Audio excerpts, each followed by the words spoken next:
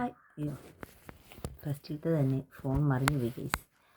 Hi friends, അപ്പോൾ ഇന്നത്തെ പുതിയ വീഡിയോയിലോട്ട് എല്ലാവർക്കും സ്വാഗതം.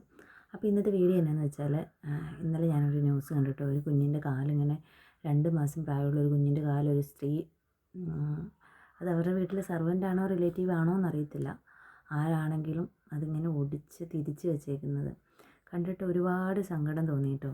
നമ്മുടെ ലോകത്ത് സത്യം പറഞ്ഞു കഴിഞ്ഞാൽ എന്താല്ലേ നടക്കുന്നത്? എന്നെ ഒന്നും പറയാനില്ല ഇതിനൊന്നും.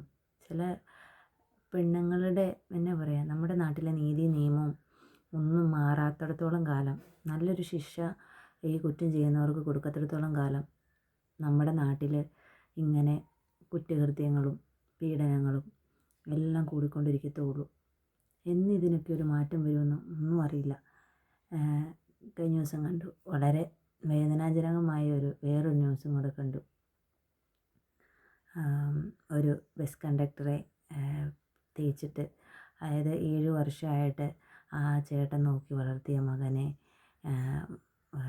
അവൾ വല്ലയിടത്തും പോയി കിടന്ന് വേറൊരുത്തനുമായിട്ട് സ്നേഹിച്ച്, അപ്പം നാട്ടിൽ ആ ചേട്ടനും ആ കൊച്ചും എത്രത്തോളം അതിനെ ആ ഒരു വർഷം പോട്ടെ 7-8 വർഷക്കാലം ആ ചേട്ടൻ നോക്കി വളർത്തിയിട്ട് ഒറ്റയടിക്ക് പറിച്ചെടുത്തുകൊണ്ട് പോകുന്ന ആ ചേട്ടൻ്റെ മനസ്സിലെ വേദന മാത്രം നമ്മുടെ നിയമം കാണാതെ പോയി. എന്തൊക്കെയാണല്ലേ നമ്മുടെ ഈ നാട്ടിൽ നടക്കുന്നത്. എന്നിട്ട് ആ ചേട്ടൻ്റെ ആണെങ്കിൽ അന്ത്യകർമ്മം ചെയ്യാൻ പോലും കൊച്ചിനെ ഒന്ന് വിട്ടുകൊടുക്കുകയോ ഒന്നും ചെയ്തില്ല. സത്യം പറഞ്ഞാൽ കഷ്ടമുണ്ടല്ലേ. നമ്മുടെ നാട്ടിലെ ആൾക്കാരുടെ മാനസികാവസ്ഥയും കൂടെ കണക്കിലെടുത്ത് വേണം നിയമം നടപ്പിലാക്കാൻ പറയുവാണെങ്കിൽ. കഷ്ടം തോന്നി കേട്ടോ.